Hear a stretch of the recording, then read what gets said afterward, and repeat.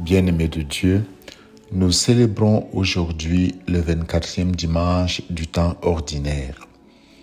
Les textes de ce jour nous invitent à réfléchir sur notre foi, sur notre engagement envers Dieu, sur notre connaissance intime de Jésus. Qui est Jésus pour nous?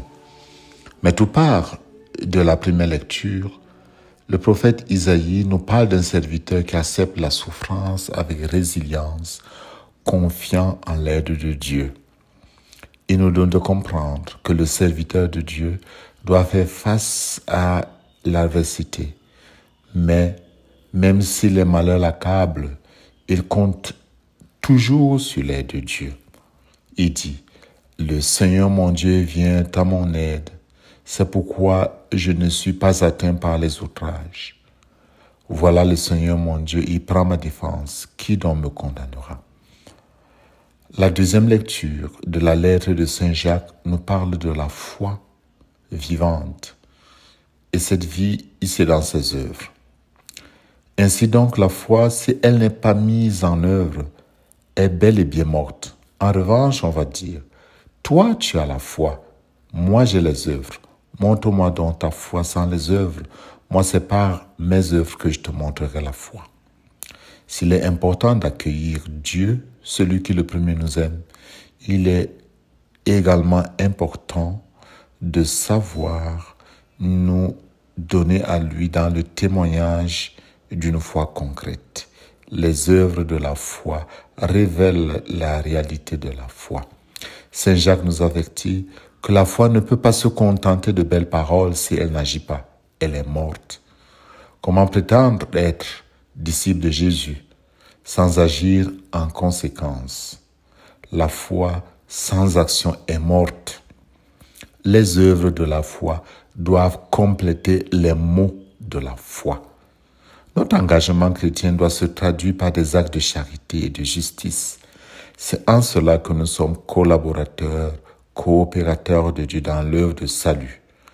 Par nos œuvres de foi, nous sommes à la fois signes de la sainteté de Dieu et instruments qui témoignent de son amour pour les hommes, perpétuant ainsi l'œuvre de salut de Dieu. Dans l'Évangile, nous avons au chapitre 8e la profession de foi de Pierre. Chemin faisant, Jésus interrogeait ses disciples. « Ô dit les gens, qui suis-je » Ils lui répondirent, « Jean le Baptiste. Pour d'autres, Élie. Pour d'autres, un des prophètes. » Et lui les interrogeait. « Et vous, que dites-vous? Pour vous, qui suis-je » Pierre, prenant la parole, lui dit, « Tu es le Christ. » Quand Pierre dit « Tu es le Christ », il reconnaît Jésus comme le Messie, loin de Dieu, le Fils de Dieu, celui qui vient sauver Israël. Cette confession est significative car elle marque une reconnaissance de l'identité divine de Jésus, ce qui est central dans la foi chrétienne. C'est une déclaration inspirée par Dieu et non par une compréhension humaine simple. Elle est également vue comme un fondement sur lequel l'Église est bâtue, non sur Pierre lui-même, mais sur la foi de Pierre en Jésus comme le Christ. Cela est illustré par le jeu de mots entre Pierre, Petros, signifiant petit caillou, et Pierre, Petra, signifiant un gros rocher, soulignant que Jésus est le véritable rocher, fondement de l'Église.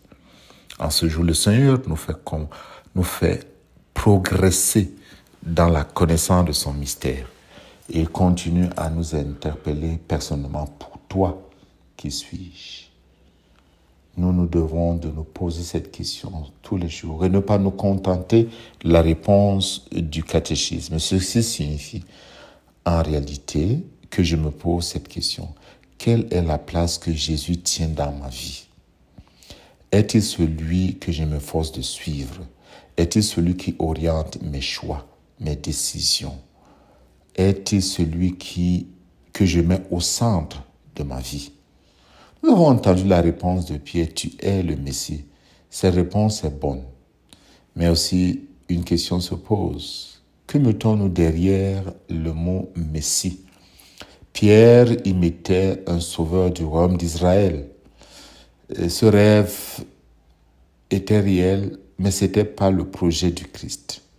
Nous pouvons avoir une compréhension du Messie qui résout nos problèmes, qui enlève la crise, la précarité, la violence, les guerres. Mais quel est le projet de Jésus? Le projet de Jésus, c'est celle du serviteur souffrant. Sa victoire, sa mission passe par la souffrance, la mort, la résurrection. Ce que Pierre ne voudrait pas. Il lui dit que les croyants ne peuvent pas accepter que lui, le Messie, soit traité ainsi. Et Jésus lui dit, passe derrière moi, Satan. Tes pensées ne sont pas celles de Dieu, mais celles des hommes.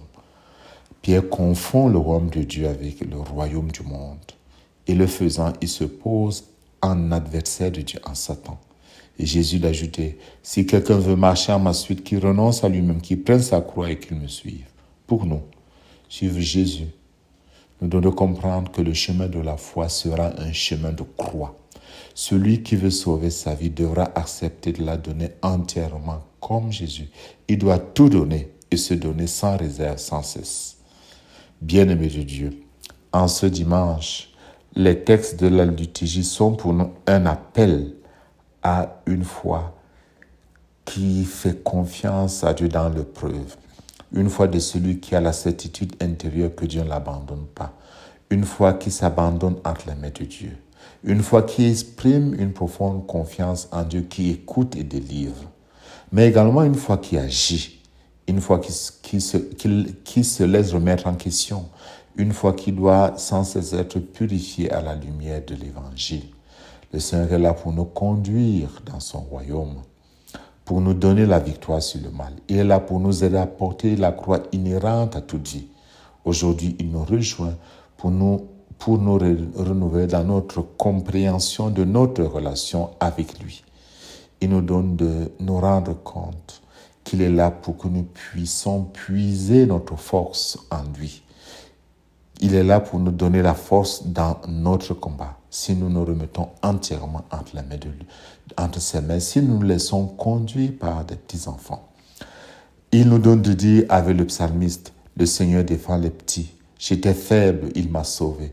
Il a sauvé mon âme de la mort, gardé mes yeux des larmes et mes pieds du faux pas. Le Seigneur nous envoie dans ce monde marqué par l'incroyance et l'indifférence, par la malcroyance.